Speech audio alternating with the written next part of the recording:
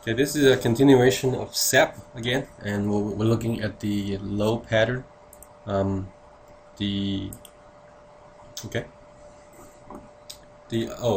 to point out, for your dead low, the south wave multiplier is 1, so that means they will include the member south wave for you. So if you want to check it without it, you could set it to 0, then you could still check the reaction check if you want to do that. So yeah, so that's what the multiplier is. And in here, when you have a different types, you could they let you choose from the different types of low, or you could say other if you don't know what it is. Or here is the notional low. That's for the NI actually. So the other, the NI should be a where do I see the notional low? Okay, and with that. They could auto-generate for you as well. Okay, but we don't have, because the notional low is pretty much for the kind of whole building. That you don't have the low for the frame on the whole building. You only have the low for the frame, so it's going to be calculated wrong.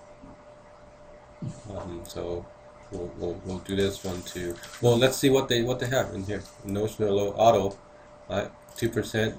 You take the basic low combinations. That's all it does.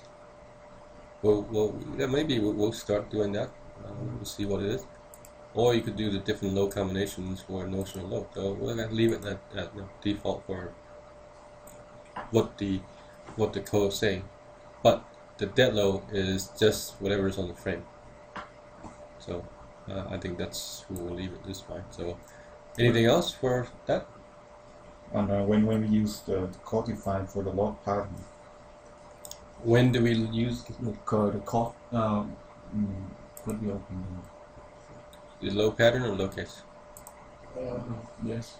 Yeah. When we use the auto-related log pattern, when do we use the define? The code define.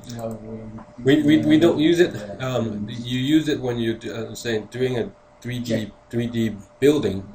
So you have all your loads.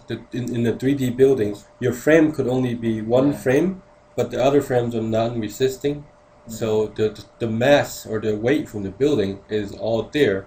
So when you're calculating it, that's calculating more correctly than just one frame. So that's why for one frame design, we don't use this one. In the nomination log, we use the type of this one. No nomination. We use the nomination type. Notional. Notional type. Notional low was the NI low. That's why I had it set as a none before. If you want to change it, you could. So we'll be calculating it ourselves if you want, but I'm going to say none. No.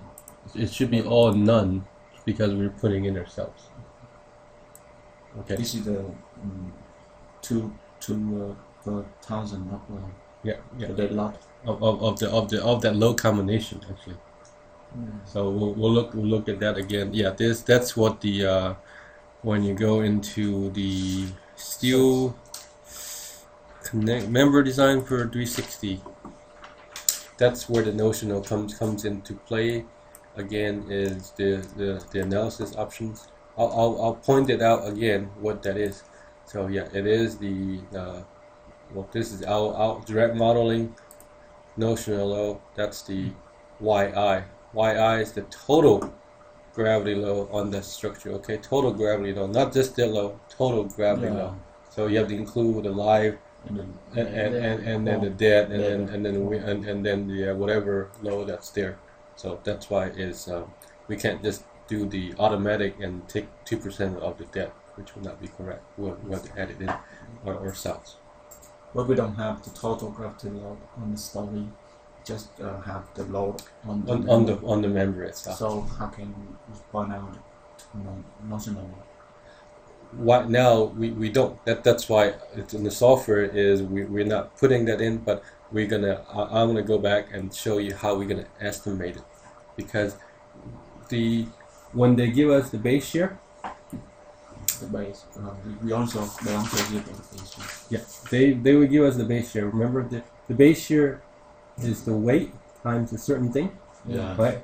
we're gonna back it out using the base here to see what is the total, what is the approximate total load. We not really see the base in the general general net. When we get to that point, well, you know what? Let's do it right now. I have it on a spreadsheet in terms of it's an approximate, not quite as to know what it is, but how I do the notion low right now is there are 3 parameters I'm using. I'm taking the dead, the live, the snow low, the input, what they're giving us, I'm adding it up, okay? That's one of them. I'm doing the lateral low, and then the lateral for wind or seismic. Typically, you use the seismic, right? Yeah. What we're using is, remember the dead low is not the dead low. This one is around, let's say, 20%. Yes. The E is around 20% of the W. Okay. So what is my W? My W is E divided by 0.2 equals W. Okay. Now, if I know the total W, then I could do 0.002 times W. That's why I say is backing it out. Not quite the same. For one story, it's okay, but for multiple stories, I don't know how to distribute the notional load, especially we're just doing for the frame. So again, on there you have to approximate how much low is it in each level, because what they'll give you is they'll give you a distribution. Like say, let's look at the 2-story. Yeah. Okay, you have E2, E1. Okay, and total is E.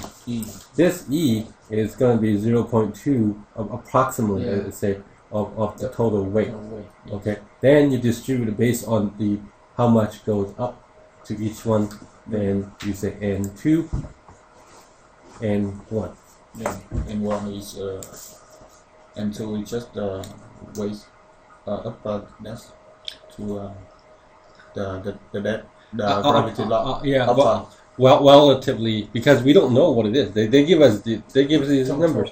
Yeah, they give us the total. We have to kind of back it out to see what it is. Yeah, so that's why when we don't use the auto generate, we use something else. So if I say like here seismic, I didn't use 0.2, I used 0.15. Okay, 0.15 of the weight is my seismic. Okay, and I'm saying 0.15 again to get this NI. So I'm approximating what my NI is for this frame. So that's an approximation. The concept is what I just showed you. We know what they will give us as a seismic load, and a seismic load is always to be around 0.2. Okay. Now imagine, what about if it's 0.15? Then your weight is going to be actually bigger. Okay. Yeah. Right. So conservatively, you might want to get it smaller than 0.2. Yes. Well, right. So 0.1 or 0.15. I took it in the middle. I say it's 0.15 of the weight, and that's how I got to the NI number. That I kind of spelled out here for how to get the NI for each case.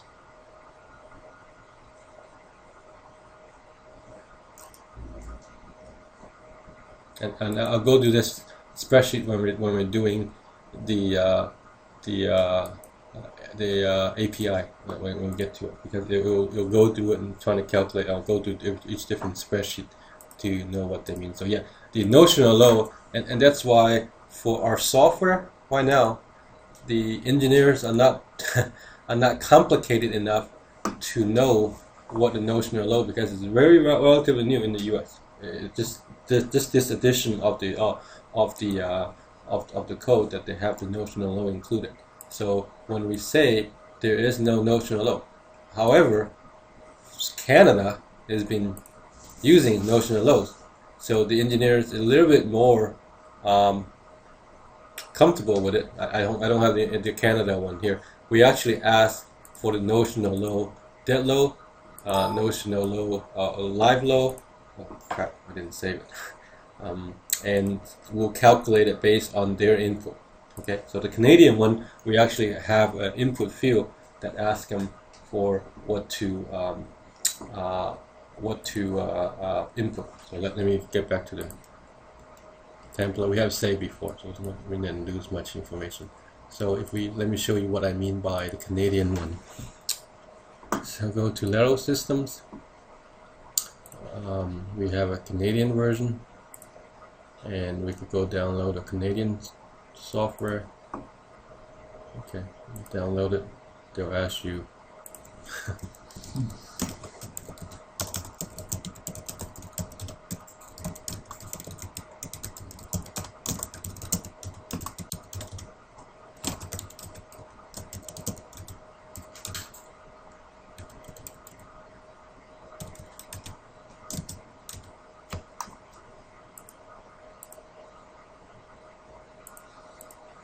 Okay, when you fill out this, you're able to go now download the software.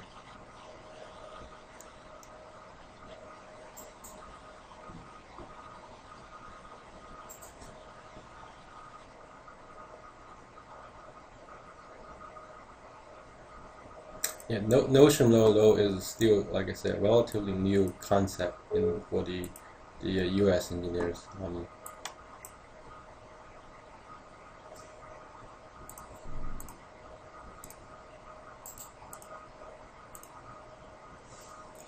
We do have a Canadian strong frame selector version that covers one story, and I'll show you how we ask them. So if you want to input it in your spreadsheet to ask them for the notional load, they might give it to you.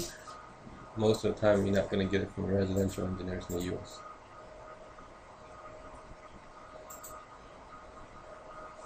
Because all they do is wood, and the notional load is for a steel frame stability concept. Okay, they're probably still using an older manual that doesn't have that notional load in there.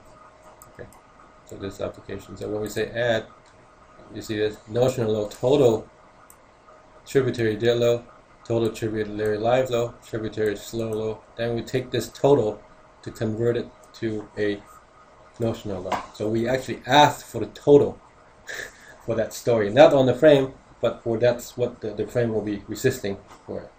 Okay, so instead this is a little more specific, and again we put in here probably some trigger in terms of a default. If they don't meet it, then we'll probably assume 10% of the earthquake or 0.1 W or something to calculate it. So that's how, if you want to ask them what the total notional load, we need a tributary dead, tributary live, and tributary low to calculate that. So this one is a different code, very similar to ours, but all the units and everything are a little different. What's not common in US is for Canada. This is for Canada. In the US version, we don't have it. No. We in the US version, what we have is cái giống như là bây giờ nó kể cái gì mà trong cái direct analysis đó, mình cần phải có cái đó để nó kể tới mấy cái mà không có perfect của cái geometry với là mấy cái hiệu ứng đó nhá. Nó phải đưa cái đó vô để nó tăng cái basic. So in the US version, that's all we have. No, we don't ask for a notional load. We back it out in terms of, I think we're assuming 0.2 of E to calculate something out as a minimum number, and then we take all their input as all the dead load plus live load. That's another number, but we know that's going to be somewhat low, right? You don't include the whole story. That's one number is going to be low, and then we're going to compare it to approximately what it is, another number, and we use the maximum of the two to calculate a notional load for the US version right now. So we don't ask them directly. That's how I'm doing this background, so I know what's going on. Because if you ask an engineer, what are you asking? What's notional load? So if you put another field here, they don't input. They're just going to default to 0 anyway. Okay, so that's notional load in SAP as well, and when we get there, we'll see. We'll add something to it, what the notional load is. So if you do it the option to auto calculate. Well, actually, no, they didn't save this one. Sorry. So, yeah, so we have to do the type.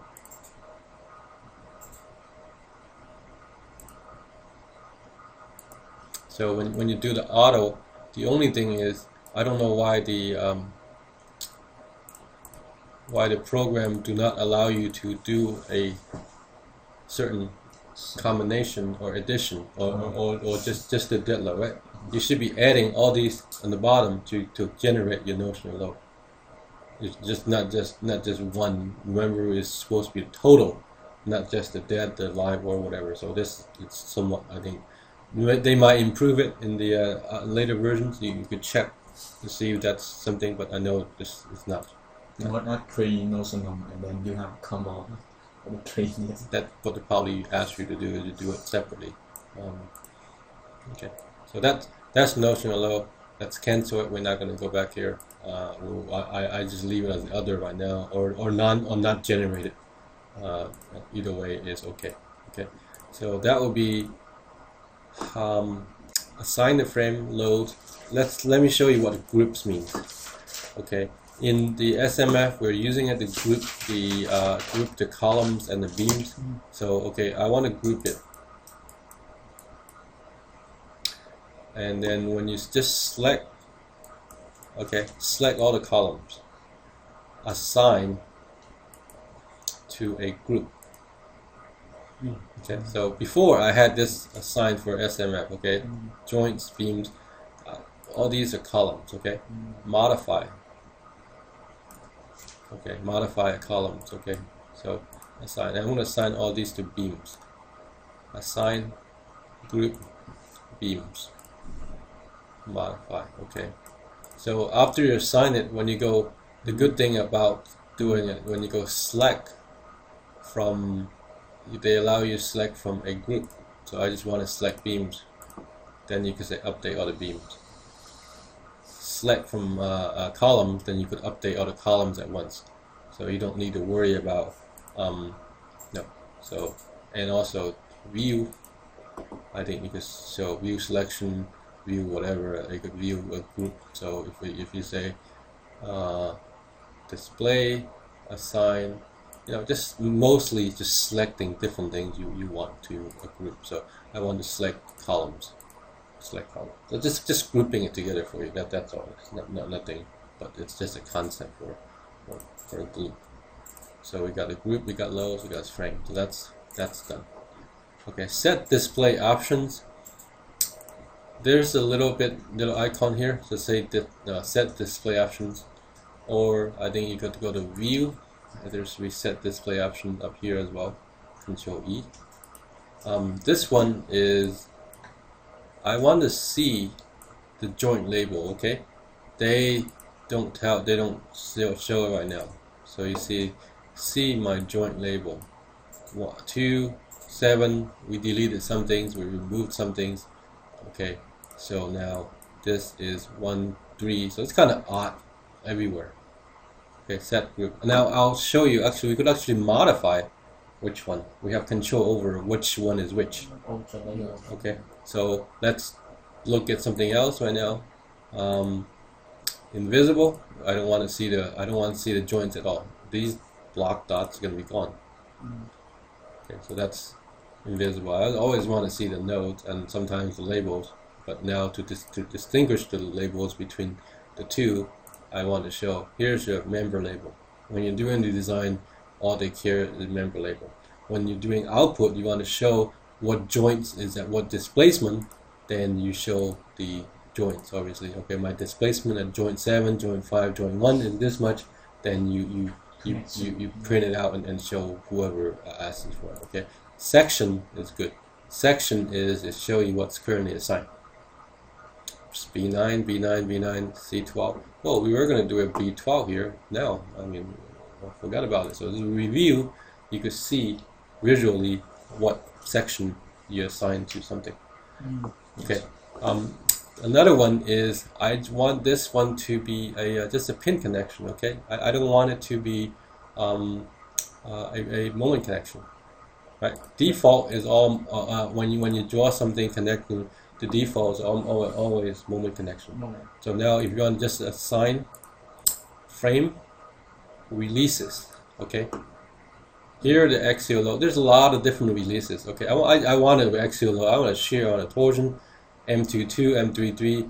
You could assign 0, okay, and that's no moment now. So when you run it, you're not gonna have any. Those two would be just a simply pin connection, and is not gonna be a moment connection.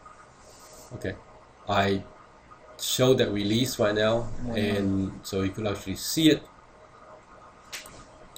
Run.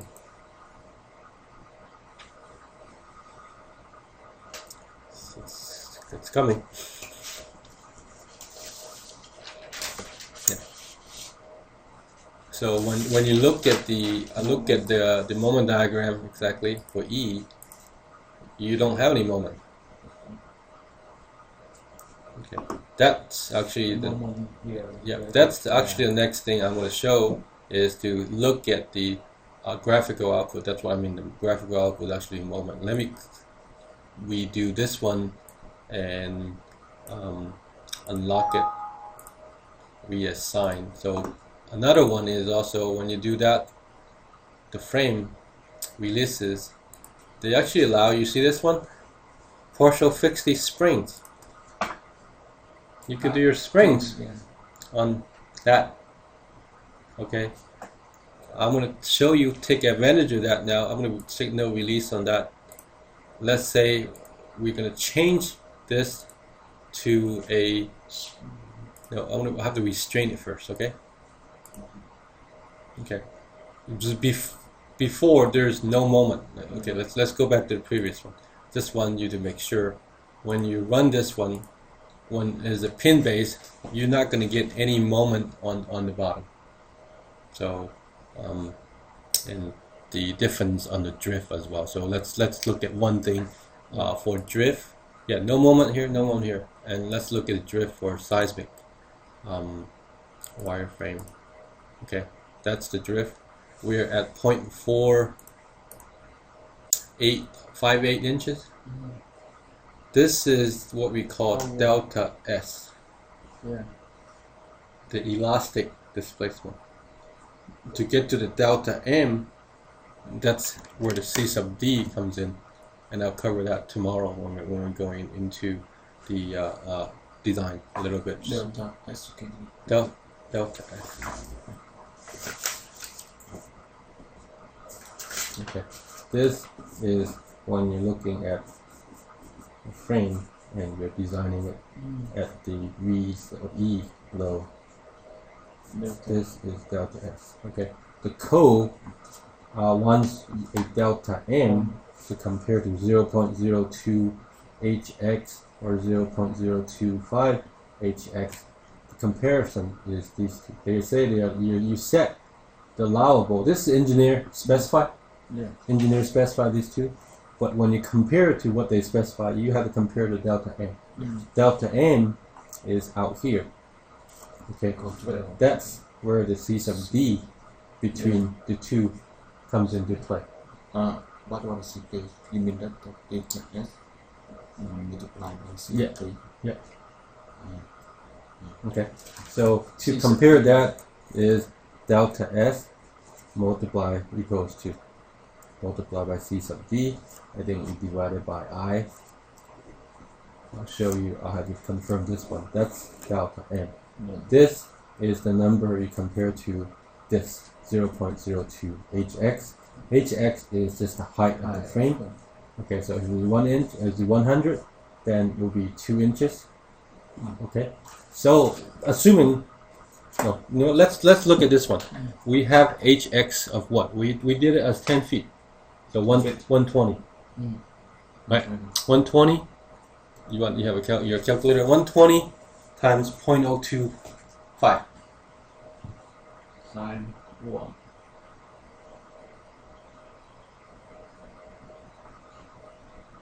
0.025. Your delta, your allow, I call it delta M, allow, equals 0.025 times 120 inches. equals 3 inches. Okay, 3 inches allow. Right now you're looking at the delta S. We have not multiplied by that yet, so you have to do 0.45877 whatever times C sub D equals what then? Let's say 3. Right? So 3 times 0.46. So we get 1.38. Okay, we're under. So drift check is okay for seismic for this level. Yeah. So the X is just for for each level. Yeah. Yeah. Okay. Let's look at the second level. Yeah. How about the O4, the limit rotation? We don't have to worry about that. That's a test limit. The test limit. Make sure you rotate. You're okay to go to that. You're not. We're not comparing that. No. This 0.002 or 0.025 is what we're comparing to.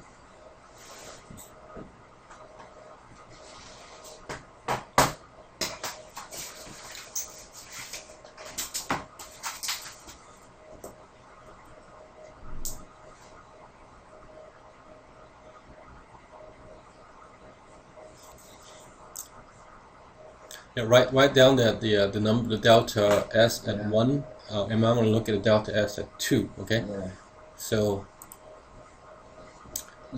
delta S at 2 is 0.68526.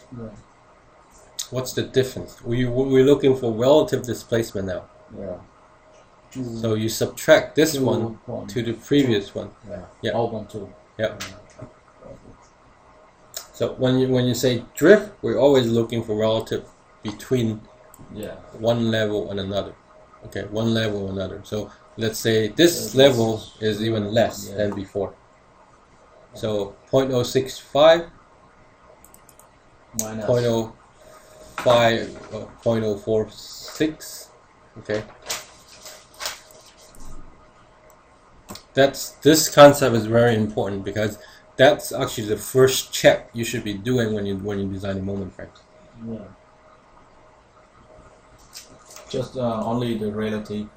Just the relative, and then you take the so the relative between this one and the base is 0. That's why people when they look at this one, it should be actually subtracting 0 is that equation should be copying up. Then you're consistent when you're looking at the calculation.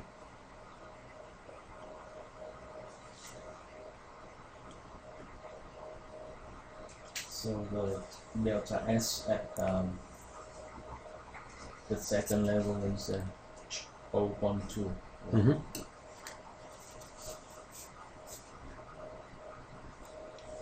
So for this example, you could look at the let's look at the second level, the relative displacement. So note the displacement at each node right now. So let's I'll give it to you the numbers. Delta 3 right now is 0.806 on top.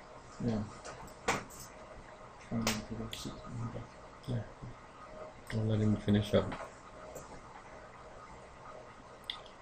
Or 0.25. This number is actually determined by the engineer. It could be 2 or 2.5. Yeah.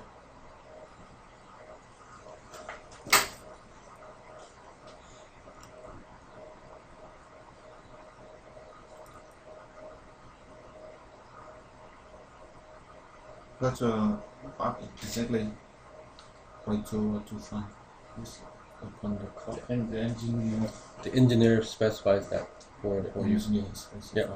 So if you, it's part of the input. If you look at our catalog,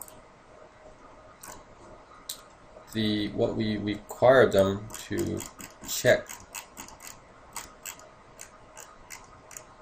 is 0.025H or 0.002H. Or even the smaller one, 0.015H. So it is part of the input, yes. Most people for art do all art things are 0.02 or 0.025. 0.01H is 1.5 is very stringent. but you might see some. But that's part of your input, the design criteria you get from the branch engineers before you could start on these frames.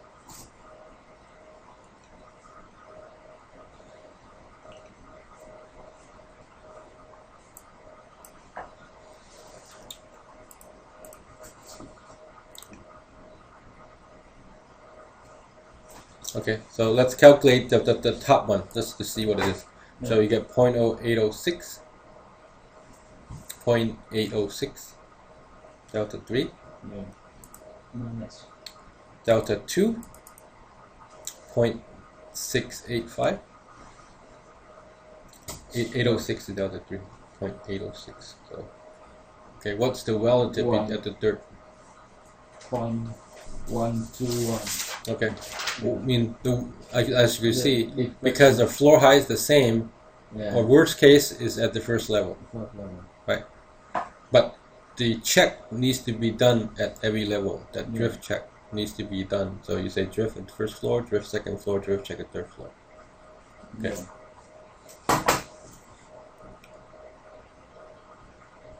If the drift check not certified, you might choose non-session column. Yeah, if they don't satisfy it, then you go up another section. Depends on the geometry. Sometimes the column is better if you put bigger column. Sometimes the beam is better. Like I said, this one is so tiny. I think the column is behaving, taking most of the deflection. Beam's not doing much, but I don't know exactly yet. So you could switch it out to see what it is. So, but this one meets our drift. Right, that's fine. So the rib check is we compare the rib with the So for the second floor, like we say, we just go with dirt floor. We say 0.1, right? The difference, 0.1 something, times now C sub D. Yeah. What is that C sub D? 3. 3. Yeah. So then what's delta M? Yeah, delta M is 0.2. 0.6. Yeah, 0.6. Yeah, delta M allow is 3 inches. 3 inches. Yeah, just for check at the just first level. Yeah, for this one, it's just for the reverse level because that's the. Sometimes depends on the loading. Yeah. It could be higher at the other levels as well. So with the if the second floor is different height, so the HX is different height. Yeah. The X is from first floor to second. Exactly. Yeah. Yep. Okay. Yeah. So the HX should be HXI. You're looking at HXI for each level. First, we assume the pin base in the pin at the base. So when we change the column bigger, maybe it's affect the trip or not, because the pin color lines. Yeah, if we let's say if we go with a smaller column, okay, section. I'll do a smaller section. We'll change it to a C9. Right now it's a C12, right? So let's go define a different section. I'm going to take this one to start out. Modify, but not modify. Add copy, and I'll call this one C9. Okay, 9 inches. Everything else pretty much the same. Okay, and then okay, and so one good thing is instead of doing that, I say go select group columns, assign frame section C9. Okay, now let's analyze that again to see what the drift it would be. We were 1.6, we were almost just half before. You could see this one is going to be a lot more. Okay, well, this one is going to be 0.66 instead of 0.56 or something, right? So, okay, so that's the difference between different sections and how it affects the drift. Now, what we were going to show is, okay, how do I implement the partial fixity if I have to? I'm going to start, instead of that, I'm going to fix it first, okay? Yeah. Let's see the effect of what the fixed one is. Okay, we had 0.6 0.6 around there. I don't remember the exact number, but if you run it again, it can be a lot less. I think it's going to be like 0.23, 0.2 or 0.3. Well, 1.8, right? You see the difference between the fixed one and the pin. So that's why it's always advantageous to use a fixed base. But we don't have that, and also in order to get the fixed base, you have to embed it into the concrete or do something extra to get the fixed base. Okay. Now let's show you the feature of a. We show the there is. Well, I don't think I cover on this one the offset, not the offset, the partial fixity. Assign frame partial fixity. I want it just on one end, okay? I don't want it on both the top and bottom. I just want it on one end. And let's assign 50,000. Okay, remember the number we were looking at before? It could vary from 50,000 to a million or whatever. Okay, so actually I assigned the wrong direction. You see that? Because I drew the section up and down. So this end is the first end, and that's the other end. I'll show you what I mean graphically later. So if you look at it, so let's fix this one right now. When I say assign, you see this one? It's the start end and then the end. Instead of that, it should be this one, because we want the partial fixity at the bottom, not in here. Okay. I'm gonna draw a member right now, so to show the difference. If I draw it going from up and down, always the first point you point to, that's your first end or left end. Okay. Yeah. So that's why is also pay attention to that. The releases are critical. If you do everything else, fix is no big deal. Okay. So like a member like this, when I draw it across, okay? I is this end, okay? J is this end. If I flip it, if I draw a member going the other direction, from right to left, then I is this way, J is this way. Okay, so I'm gonna fix both and assign it so we could see the actual difference. Okay. Now, when I try to assign fixity to one end, I want to assign frame fixity, and I want to see it start end and end. That start is I, end is J. So I'm going to assign it to JN. What do you think this one is going to be? It's going to be at this end, right? This one is going to be at this end. So hopefully that's what. Yeah. So hopefully that's what that is. And then exactly. So remember IN, JN. Okay. Doesn't matter when you're doing just frame design, whichever way you go. But when you're assigning fixity, then if you get it wrong, just flip it around like I did.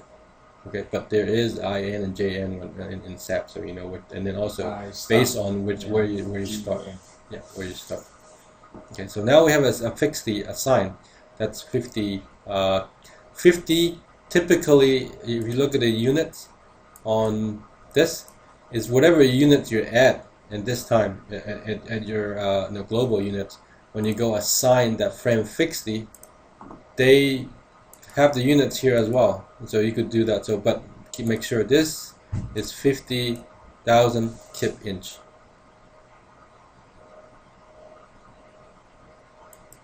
Okay, and then when we release the moment in this one, okay, you could release the shear, you could release the axial. Not many people release that for typical applications. Okay, you just typically release the moment to go from, because all you want it to be axial, you want it shear. Typical release is just moment. Okay, now we assign a partial spring. So remember, it was 0.18 and about 0.6. Now with partial, we strengthen with just a little number.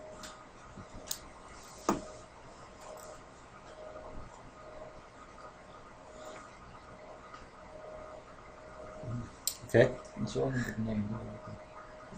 See this one? We're in the middle, 0.349. And since it's partially restrained, you're going to see some moment on the base where we don't have before. Okay. Now, how do I make it? I'm going to go assign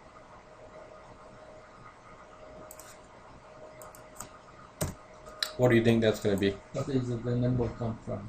The 50,000. That was the base plate torque. Remember the Japanese, Yeah. and then the EC3 stiffness.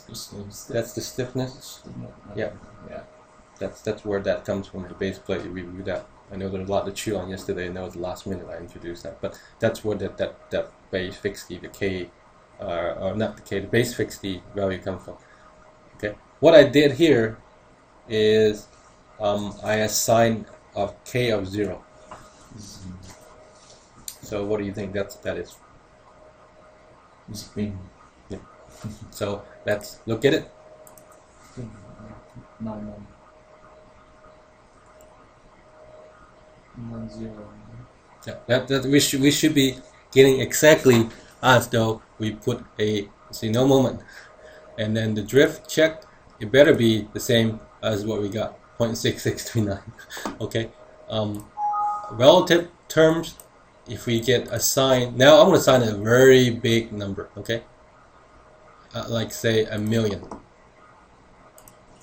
1, 1, 2, 3, 1, 2, 3. Okay, this is not quite a fix, but it's close to, I think, and also it all is all relative. So I don't know what that fixed number is at this point, but it's going to be a lot better than 0, and it's going to be a lot better than the 50,000 we put. So. Right, 0.19. Remember what the fixed one was? 0.18. Right, so we're very close to the fixed number. All right, so this makes sense to you guys. What base fixed and that's actually you can see the different effects. The numbers, how you get it, where you get it from was from a base plate design discussion. Yeah. If you go into that again, that's why I keep hammering in when the time. What is a pin? What's the PR? Why is it important for design? As you see it, the first thing we looked at was the drift is going to increase. Okay, drift increase when you have 0. That's what I assigned the 0, and all the way to rigid. We put 1,000,000 this time. That's just to see what it is. So that I just demo this as 0. And what's that, and somewhere in between. Okay, that's what the base spring value is. And how do we get that? Is when you come into the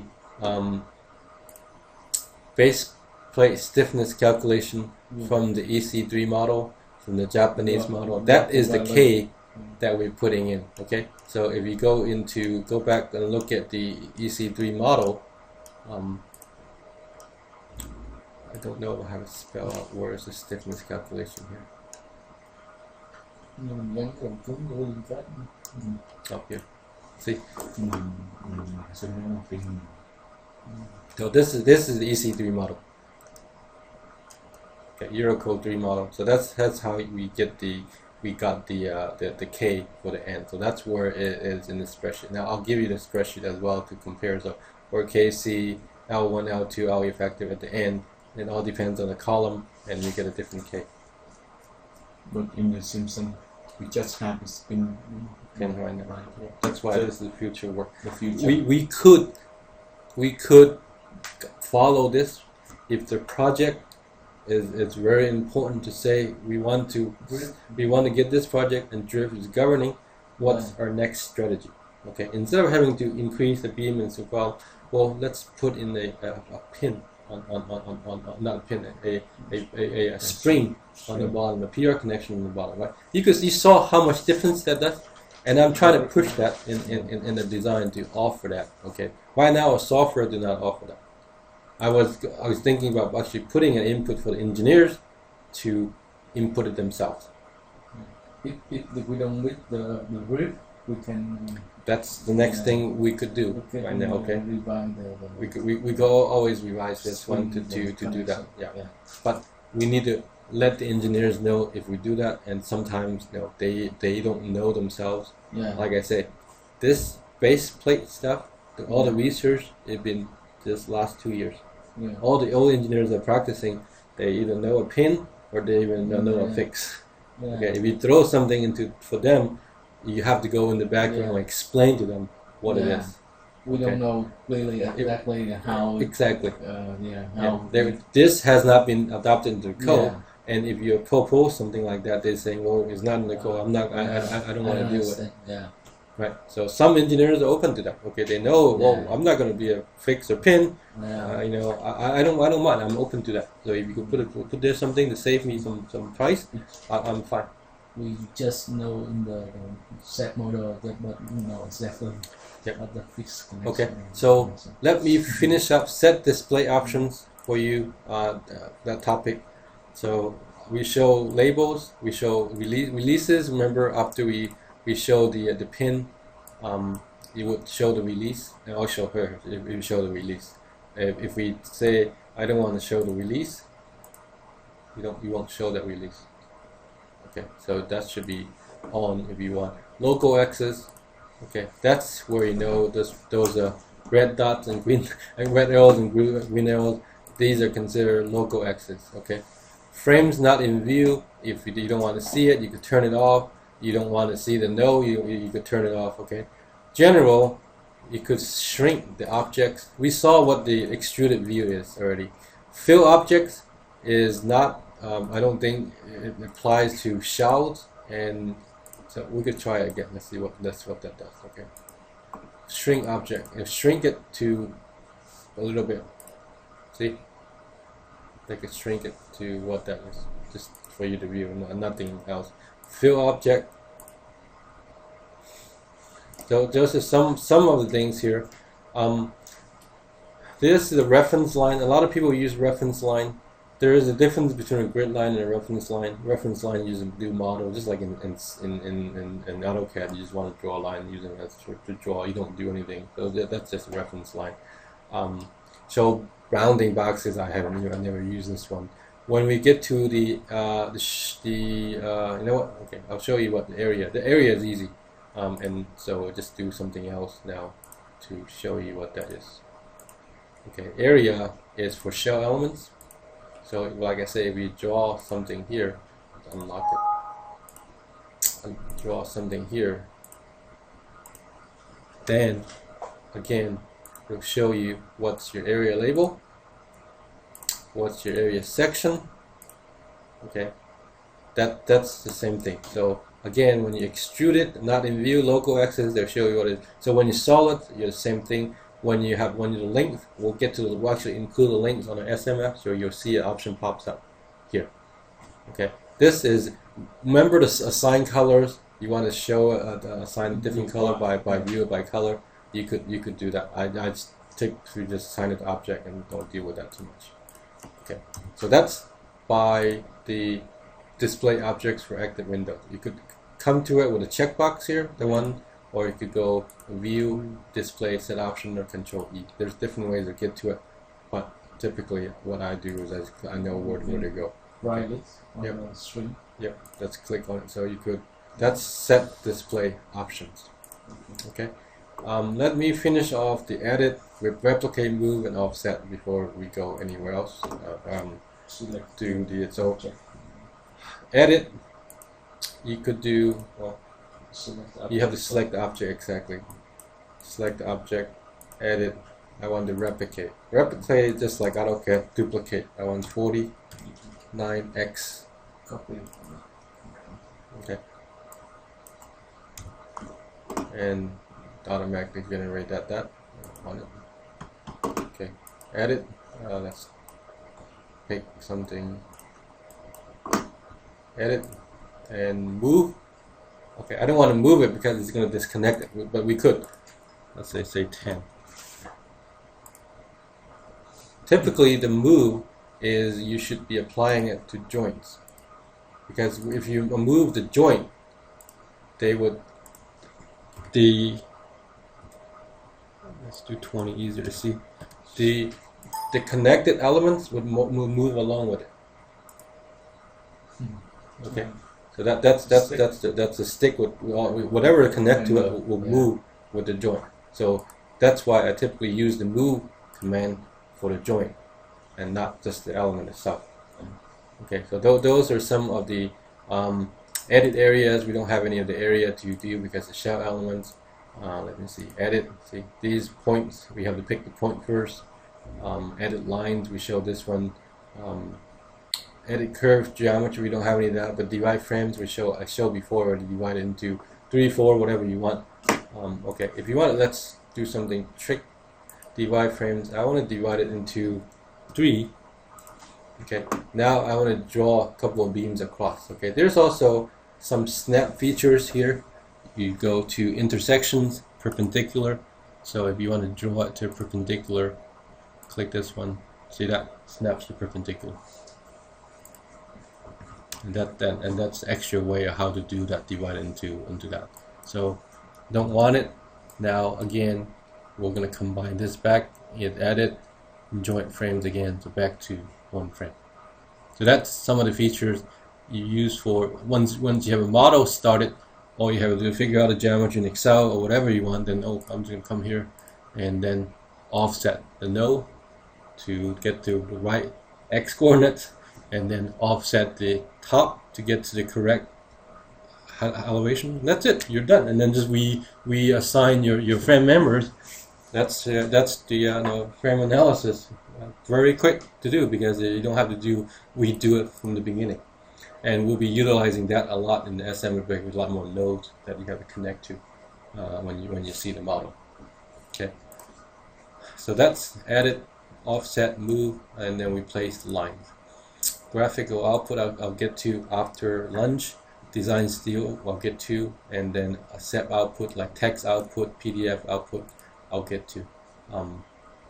Cardinal points is one thing we typically don't use too much, but I want to let you guys know that typically they default to what they call cardinal point 10, and let's watch that now to show you what they mean by cardinal points. Okay, I have some recordings. Better for them to do it than me.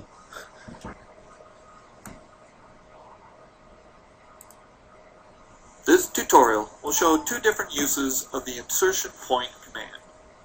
Insertion points are used to position frame objects that are offset from center lines. Our first example is a simple 5-story, 1-bay planar frame, where the columns increase in size. For our typical analysis, we always assume center line and center line. Okay, so this option I just want you know is out there, but you always assume center line, and then cardinal point 10 is the default is center line and center line. And then a W18, W21, and W24. Although these are not necessarily realistic column sizes, they help to illustrate the use of the insertion point command. If we switch from a wireframe to an extruded view,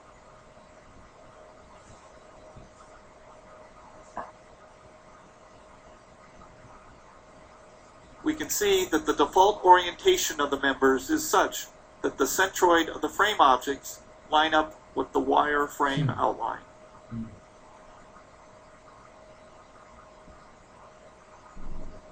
However, if we cut a section through a column, we can show that there are many options for locating the frame objects relative to the wireframe. With our wide flange section displayed, if we go to the Assign Frames Insertion Point command, we can see that we have many options for the cardinal point location. The cardinal point is the location on the frame object cross-section through which the local longitudinal axis of the element passes. And again, there's the default is the centroid. The user guide that actually tells you, points out to all the cardinal different point points, may also be the top right, top center, or top left. And if we scroll up, we can see the other options are bottom left, bottom center, bottom right, and middle left, middle center, and right. as well as the shear center. Now let's see how moving the cardinal point affects the model. We start by selecting the entire frame and go to the Edit Replicate command, where we will create a second frame.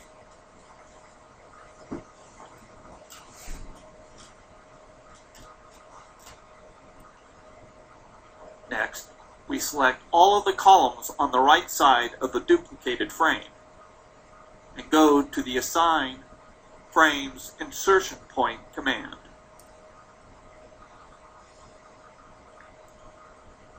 Here, we will change the cardinal point from the default setting of centroid to the top center option.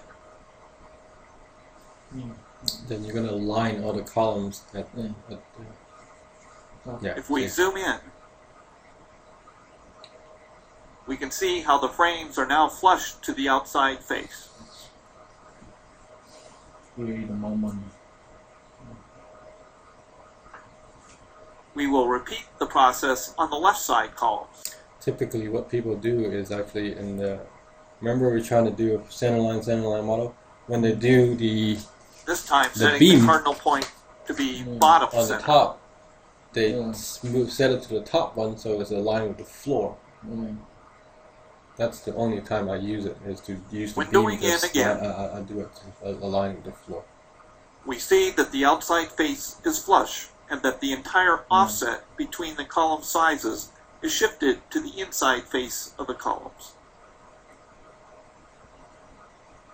And we'll Next, probably we will could fix the try bases that. of our Because columns. remember we did the 10 foot 10 foot. So if we do a 10 foot 10 foot and just align the beam top, then you don't have to calculate what the center line of the beam, right?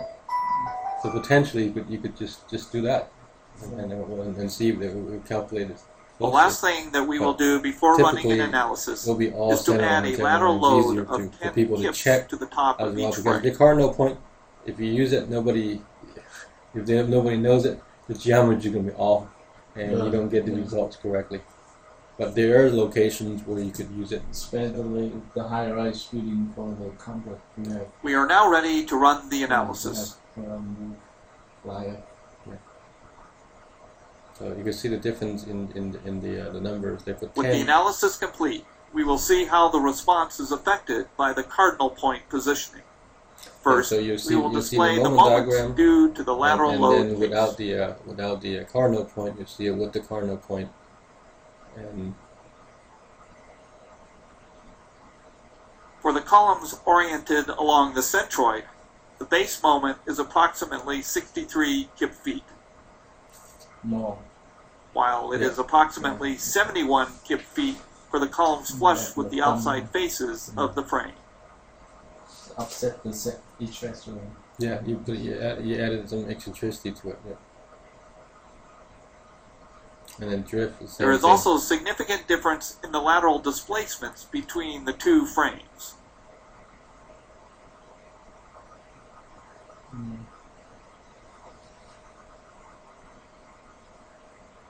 Now on to the next example. Okay. In this second example, So I think that's pretty much, you know, what cardinal points are, how it affects the structure. So if you need to use it, Many levels. if you need to use it down somewhere in the future, you could. That's the option is there. But for our OMF or SMF, we're always assuming center line and center line at this point for the analysis. So you don't need to move the cardinal points. Okay, so let me start recording, and we'll come back